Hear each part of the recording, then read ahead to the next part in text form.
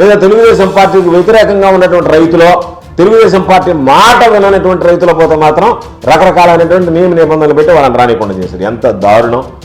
4 సార్లు ఎమ్మెల్యేగా పనిచేసినటువంటి చెన్నకేశవరెడ్డి గారు తండ్రితో సమానమైనటువంటి వ్యక్తి. ఆయన ఓటర్లను రానివ్వడం లేదని చెప్పిన వెళితే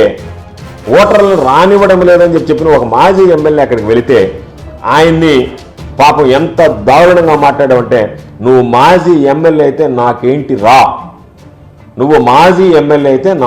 రా, అంటే పాపం అంత పెద్ద ఆయన 80 సంవత్సరాలు దాదాపుగా వయసు ఉండేటువంటి వ్యక్తి ఊర్లో గందరగోళం జరుగుతుంది, అక్రమం జరుగుతుందంటే అక్కడికి ఆయన వెళ్ళడానికి ప్రయత్నం చేస్తే ఆయన అడ్డుకుంటే, నాయన నేను 4 సార్లు ఎమ్మెల్యేగా ఉన్నాను ఆయన మాట్లాడడం కూడా పాపం ఆ వయసుకు సంబంధించి పరుషంగా కూడా మాట్లాడలేకపోతే అక్కడ ఉన్నటువంటి కర్నూలు CCS CI ఇబ్రహీం అనేటువంటి వ్యక్తి 4 సార్లు నువ్వు ఎమ్మెల్యే అయితే నాకేంటిరా అన్నాడంటే, చంద్రబాబు నాయుడు గారికి నిజంగా సీనియర్ సిటిజన్స్ మీద ప్రజాప్రతినిధుల మీద గౌరవం ఉంటే దాని మీద విచారణ జరిపించి ఆ ఇబ్రహీం అనేటువంటి వ్యక్తి ఎవరైతే ఉన్నారో అతన్ని తక్షణమే విధుల నుంచి తొలగించాలి, రిమూవ్డ్ ఫ్రమ్ సర్వీస్.